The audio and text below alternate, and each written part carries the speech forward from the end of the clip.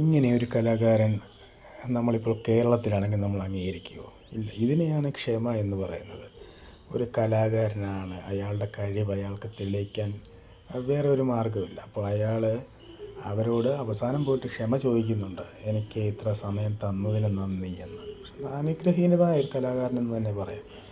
ഇങ്ങനെ വേറൊരാൾ ചെയ്തിട്ടുണ്ടോ എന്ന് തന്നെ എനിക്ക് അറിഞ്ഞുകൂടാ. ഇത് ഏത് രാജ്യമാണെന്നും. പക്ഷെ ഞാനിത് ഇങ്ങനെയൊരു ഇത് ആദ്യമായിട്ടാണ് കാണുന്നത്. നിങ്ങളും കണ്ടു നോക്കൂ. അവസാനം അദ്ദേഹം പോയി എനിക്ക് വേണ്ടി തന്ന സമയത്തിന് എല്ലാവരോടും ക്ഷമ ചോദിക്കുന്നുണ്ട്.